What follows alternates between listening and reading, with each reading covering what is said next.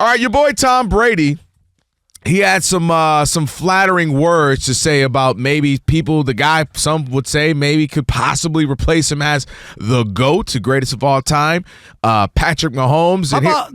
Did Tom Brady know that? Here we go.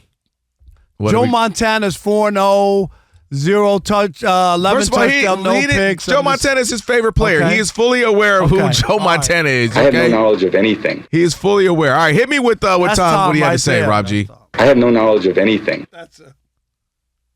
In the end, when you have Patrick Mahomes and it's a one-score game, everyone's always betting on the Chiefs. Now, can someone get away from the Chiefs? I don't know, because that defense plays so well. But I don't think Patrick Mahomes is a lesser player because he doesn't have 25 touchdowns at this point. It's just he's not playing with guys that can produce that from the receiver position, so that naturally Patrick's job is to, and I covered him a few weeks ago when I said the job of the quarterback is to manage all the variables of the game and the season, injuries, weather, the rhythm of the offense, and then ultimately go out there and make the plays that put you in a position to win. And that's what winners do. And certainly Patrick is that.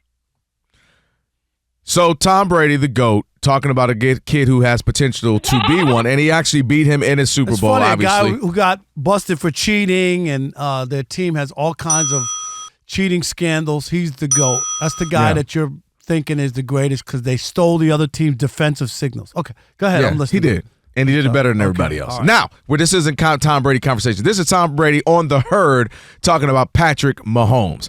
And he's talking about something that reminds me kind of at a certain point when you're maybe even like a boxer and we all loved you because you were in these crazy fights and you were fighting any and everybody and you were knocking people out. Well, there's a certain point where maybe you have developed and you throw your jab more and you throw that haymaker when you need to. Kind of like how there was Pretty boy Floyd Mayweather, who was fighting anybody, had way more power, was kind of making his name and coming up and, oh, shoot, okay, this dude is nice. It's all right, yeah, we're watching him. Then he became Money May, was a little more strategic, a little more patient. People were coming at him more. He was getting almost knocked down a few times and almost, all right, maybe Sugar Shane might get him, all right? Maybe Pacquiao might get him. Maybe Canelo might get him. Oh, snap. But at the end of the day, Floyd knew exactly what to do. He timed his rounds. He timed his punches. He had his defense going. And at the end of the day, he was 50-0. And that is what we're seeing right now with Patrick Mahomes. He ain't Patrick Mahomes old. He ain't Mike Tyson throwing these knockout punches and a spectacular thing to see all the time. But dang it, I'm getting the job done. I ain't losing, figuratively and literally not losing, and I make the right plays when I need to. And he's in his Money May season right now, man. He's just strategic. He's got a bunch of guys who aren't as good as other skill players he's had before. So he's got to kind of make the right decision, lean on the defense more, lean on we'll live to play another down or live to play another drive with this defense than he had. He used to be able to chuck this thing around and, score, and the defense wasn't that great, so he knew he did have to outscore you. Now, man, he's just being scientific with it, right? He's being a chemist with it. He's being patient with it.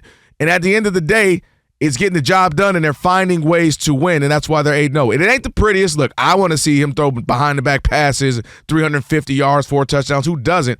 But every season ain't like that. And right now it's not like that for him. And but they're still 8-0, and he's starting to progress the last couple of games. He's getting those multiple touchdown passes. He's only got 1 interception in those last couple games, and he's got DeAndre Hopkins, and I like what I see. He's in his Money May. Totally disagree. One was Mayweather just decided that was a strategy because he didn't want to fight, and he was trying to get this record. So let me just be a defensive fighter and just, run around the ring and not put in a fight that turned a lot of people off from watching him. But that was a strategy. That's his strategy. No, Patrick Mahomes' strategy is not to throw an interception every game. We had 7 straight games until this last week where he didn't throw one. And it's not for him to have the 30th worst, the last ranking red zone team. That's not a strategy. It's just that he hasn't played well enough to be able to do those things. But that's not a strategy. A strategy would be that they run the ball 75% of the time and Patrick Mahomes only throws less. That's not what they're doing. He's still doing what he was doing. He's just not getting the results. So that's why I think it's not the same where somebody goes out. Muhammad Ali did the rope-a-dope, where his plan was to stay in the corner of the ring, put his gloves up, and let somebody pound him pound their arms out, right? And then he would attack 6 or 7 rounds into the fight. That's a strategy. What Patrick Mahomes is doing, you can't tell me he wants to throw interceptions. No, of course not. He wants to have the least rated offense in the red zone. I don't believe that that's the strategy. What he's doing. Now, what's happened is he's been able, because of his defense, to stay close and then make a play or a situation works out for him. But that's not the strategy. If you talk to him, he's not there's trying to. no way he's trying to. He knows he needs to play better. What I'm saying is he's not overly forcing it right now to simply be what he used to be. Like, I have to live up to that. I have to live up to that. Right now, as Tom was saying, it's not about living up to it. I don't think he could play at that level anymore. But that's what I'm saying. He doesn't have the guys around. He doesn't have you lost his running back beginning of the season. You're really good running back, potential all-pro type running back. But let me ask you, the players that he doesn't have, or the type of, does that make him throw interceptions? Is what I'm asking you. That's a part of it. Does that make you? But throw I'm saying interceptions? it's a real part of it, because if I have a skilled person, right, DeAndre Hopkins, he's getting open.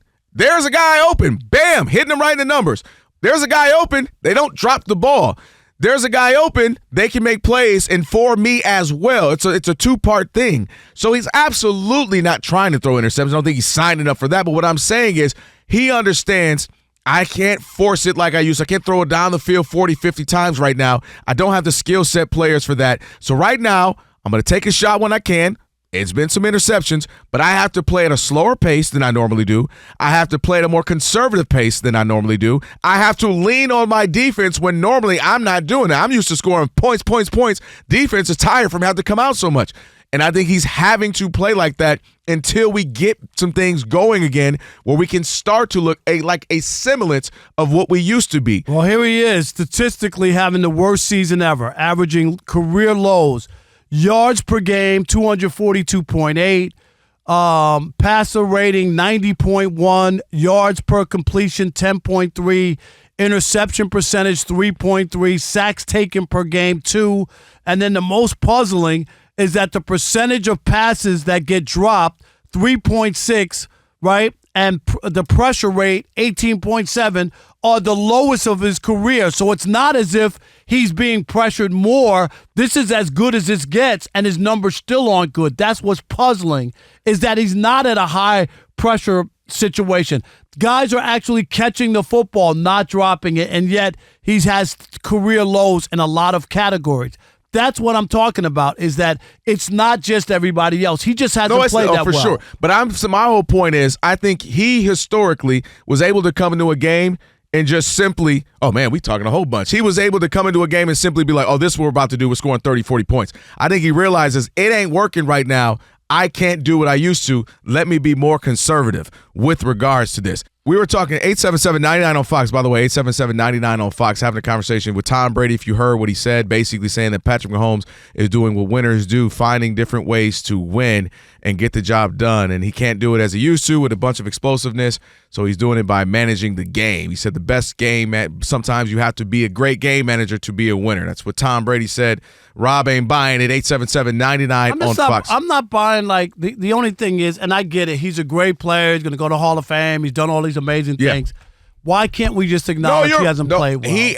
He himself has. I know, but he had. You know what I mean? A lot of people, for whatever reason, just feel like they can't criticize him. I think what makes it weird, and I sincerely mean this, I don't understand, is the dichotomy that he's 8-0 and he just keeps making the right play. So nobody's arguing what you're saying, that this ain't a Patrick Mahomes type season. Well, we talked with Trey Wingo. Trey Wingo was saying he's playing great. I mean, if you remember. And that's because that's what, going back to the point that Tom was saying, and then I'm even kind of making that, the hard part about this is, like, man, when he needs to make a play, he has.